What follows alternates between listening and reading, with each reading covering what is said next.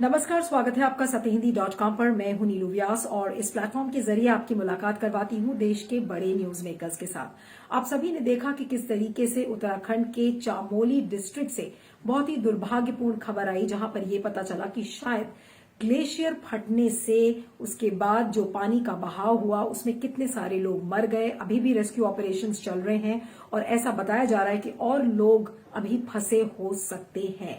तो क्या वजह रही है? क्या ये वाकई में एक ग्लेशियर लेक आउटबर्स्ट था? इसे कैसे समझा जाए? अभी साइंटिस्ट भी इस पर अभी अध्ययन कर रहे हैं कि इसकी क्या वजह हो सकती है। हमारे साथ जुड़ रहे हैं डॉक्टर संजय जैन, जो कि national institute of hydrology IIT Roorkee से हैं, बहुत जाने माने साइंटिस्ट। आपका बहुत बहुत स्वागत है डॉक्टर जैन। देखिए, मेरा जो पहला सवाल है डॉक्टर जैन कि क्या कारण हो सकता है कि जो ये चामोली की घटना हुई उसके मुख्य कारण आपको क्या नजर आते हैं? चमोली में जो घटना घटित हुई है इसके बारे में अभी कुछ भी कह पाना बहुत मुश्किल है। इसके लिए हमें कुछ डाटा की एनालिसिस करनी होगी, अध्ययन करने होंगे, उसके बाद ही हम इसके बारे में कुछ कह सकते हैं। जैसा कि लगता है कि कोई लैंडस्लाइड या एवलांच जो इसके पीछे मुख्य कारण हो सकते हैं, और हमने अभी देखा है कि पिछले कुछ दिनों में काफ़ी बर्फबारी हुई है, तो इस कारण भी वहाँ पर काफ़ी बर्फ़ जमा हुई है और उस कारण भी ये हो सकता है। इसके लिए हमें सैटेलाइट डाटा के आधार पर वहाँ पर कितनी बर्फबारी हुई, कितनी बर्फ़ जमा हुई, इसका अध्ययन करना होगा, तभी हम इसके बारे में कुछ कह सकते हैं। लेकिन जो सबसे बड़ा सवाल इस समय डॉक्टर जैन ये है कि क्या ग्लेशियर लेक इस समय फट सकता है? क्योंकि इस समय ठंड का मौसम है और जब टेम्परेचर ज्यादा होता है उसी समय खबरें आती हैं कि ग्लेशियर लेक फट रहा है, या ग्लेशियर लेक था या नहीं था। ये सारे अभी बड़े सवाल हैं, लेकिन सबसे बड़ा सवाल ये है कि जब इस समय ठंड इतनी पड़ रही है, बर्फ जमी हुई है, तो ग्लेशियर लेक कैसे फट सकता है? फरवरी माह में जैसा कि हम सभी जानते हैं कि तापमान बहुत कम रहता है और लेक भी जमा होने की स्थिति में होती है। जनरली जो ग्लेशियर लेक बनती हैं उसमें सबसे ज़्यादा पानी अक्टूबर माह में होता है और उस समय ग्लेशियर या उसके ऊपर स्नो भी नहीं होती है, तो इस समय इसके फटने के चांस तो कम रहता है। लेकिन और जैसा कि हमने अध्ययन से पता किया है कि इस क्षेत्र में कुछ जिले हैं जिनमें से कोई भी वनरेबल लेक नहीं है, लेकिन कभी अगर कोई बहुत बड़ा आइस का पीस किसी लेक में गिर जाता है या उसमें कोई किसी तरह का इस तरह का कोई खतरा होता है तो लेक फट भी सकती है। लेकिन लगता है कि इस तरह की घटना शायद इसमें नहीं हुई है और लेक के फटने का कारण ये नहीं हुआ। अच्छा डॉक्टर जैन, कई लोग ये भी कह रहे हैं कि एवलांच भी एक कारण हो सकता है, तो कितनी वजह आपको लगती है कि क्या ये एवलांच के कारण हुआ? जैसा कि मैंने बताया कि एवलांच भी इसका एक कारण हो सकता है, लेकिन इसके बारे में मैं अपने साथी डॉक्टर एनोस तय्यन से कहूँगा कि वो इसके बारे में थोड़ा विस्तार से बताएंगे।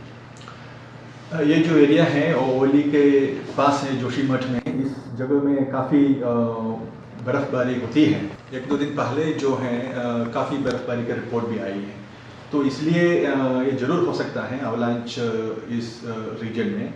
और लोकल यूसेज में जो ग्लेशियर ब्रेक होना ये अवलांच को ही कहता है, तो लोकल रिपोर्ट भी ये अवलांच के तरफ सूचित करते हैं। लेकिन एक जो सवाल डॉक्टर जैन सब लोग पूछ रहे हैं कि इतने सारे हाइडल पावर प्रोजेक्ट्स जो बन रहे हैं इस समय उत्तराखंड में, तमाम जगह इस समय फैले हुए हैं, तो कहीं उसका तो असर नहीं है? क्योंकि समय समय पर हम देखते रहते हैं और पढ़ने में भी आया है कि पहाड़ों को एक्सप्लोड किया जाता है, पहाड़ों को तोड़ा जाता है और उसके बाद फिर तो कहीं ये वजह तो नहीं कि पहाड़ों में जो एक्सप्लोजन किया जाता है उसको तोड़ने के लिए हाइडल पावर प्रोजेक्ट्स बनाने की वजह से ये कारण हो सकता हो? जैसा कि हम जानते हैं कि हिमालय क्षेत्र में हाइड्रो पावर प्रोजेक्ट्स पिछले कुछ सालों में काफ़ी बने हैं और कुछ बन रहे हैं, और इसका भी एक कारण ये हो सकता है कि इस घटना पर पड़ा हो। इसके बारे में भी मैं डॉक्टर एनोस तय्यन से आग्रह करूंगा कि थोड़ा और प्रकाश डालें। देखो, ग्लेशियर हमारा एक बड़ा वाटर रिसोर्सेस है। हम इसको पूरा बेनिफिट लेने के लिए हाइड्रो पावर जो प्रोजेक्ट्स जो हैं ग्लेशियर एरिया में होना बहुत ज़रूरी है, नहीं तो हम उसका फ़ायदा बिल्कुल नहीं उठा पाते हैं। नीचे जब रिवर्स पहुंचता है तो ग्लेशियर का कंट्रीब्यूशन से कम हो जाता है, और maximum utilization of glacial resource करना हो तो हम हाई एलिवेशन में ही हाइड्रो पावर प्रोजेक्ट्स बनना चाहिए। And most of the project in area में run of the river project बनाया जाता है, ताकि ये साइज और उसका डायमेंशंस में पहाड़ में ज़्यादा असर ना पड़ता है। तो इसलिए हाइड्रो पावर प्रोजेक्ट्स जो हैं इसका रीजन बनने का चांसेस बहुत कम है, बिकॉज ये एक जैसे हेवी रेनफॉल के 2013 में जो हुई हो अभी जो हेवी रेन स्नोफॉल से जो हुई हो, ये एटमॉस्फेरिक प्रोसेस से ज़्यादा लिंक्ड हैं। तो हालांकि जो बड़ा रेनफॉल इवेंट्स हैं, जैसे 2013 में जो if we have storage dam, जैसे स्टोरेज डैम हमारा इस एरिया में नीचे एलिवेशंस में हो, तो ये फ्लड पीक को अटेनुएट करने के लिए बहुत काफ़ी मददगार है और फ्लड डिजास्टर से जो नीचे वाले इलाके को सेव करने के लिए मददगार भी है। तो इसलिए ये कहना बहुत सही नहीं होगा जो हाइड्रो पावर प्रोजेक्ट से ऐसे आपदा आता है।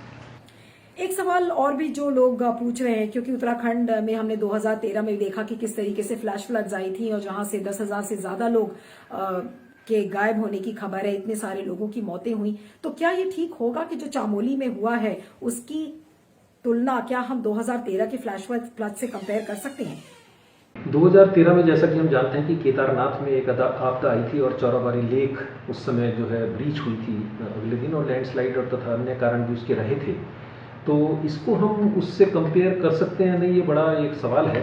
इसके बारे में डॉक्टर रेनोज तैयन और थोड़ा सा बात बताइए। जैसे कि ये आप जानते हैं 2013 का जो फ्लड है वो मानसून के वजह से, monsoon high intensity monsoon rainfall के वजह से हुई है और केदारनाथ का जो लेक फटने से हुई है। उसका मेन रीज़न जो है combination of high snow rainfall ये सब है। तो only relationship if it is possible ये जो है ये अवलांच से हुई है। तो ये एक एटमॉस्फेरिक हाई इवेंट से ये हुआ होगा, अवलांच से ये शुरू हो गया। तो नहीं, तो ये विंटर में हुई है और वो ये बहुत लोकलाइज्ड इवेंट है, ताकि 2013 का बहुत पूरा उत्तराखंड उसमें प्रभावित हुई है। तो ये वाला जो है बहुत लोकलाइज्ड इवेंट है, तो वो कंपैरिजन जरूर ठीक नहीं होगा। नहीं तो डॉक्टर चैन, इससे हम क्या माने? क्या ये एक मैन मेड डिजास्टर है कि जिसे हम अवॉइड कर सकते थे? ये मैं जरूर कहूँगा कि मानव जाति को इस तरह की घटनाओं से सबक मिलता है, क्योंकि जब ये घटनाएं होती हैं तो इसमें कहीं ना कहीं मानव जाति का भी कोई ना कोई हिस्सेदारी है।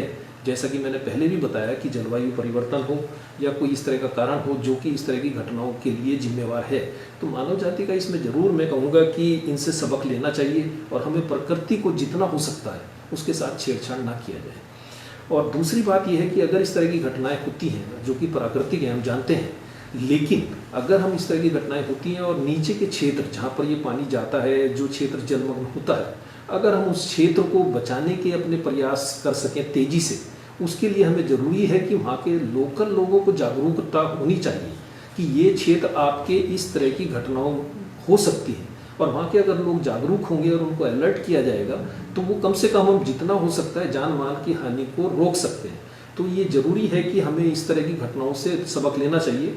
2013 में भी इस तरह की घटना हुई है और इसकी पुनरावृत्ति मैं ये कहूँगा कि उसी तरह की एक घटना जिसमें कि ये डिसास्टर हुआ है अभी हाल में हुई है, तो हमें निश्चित तौर पर आगे प्रशिक्षण या जागरूकता अभियान चलाना होगा और इससे हम इस तरह की नुकसान को कम कर सकते हैं। तो सबक लेना बहुत जरूरी है। लेकिन डॉक्टर जैन, आगे और क्या खतरा हो सकता है? क्या यहाँ से कुछ और भी भयानक कुछ चीजें देख सकते हैं कि हो सकता है कुछ इससे भी ज्यादा बड़ा हो?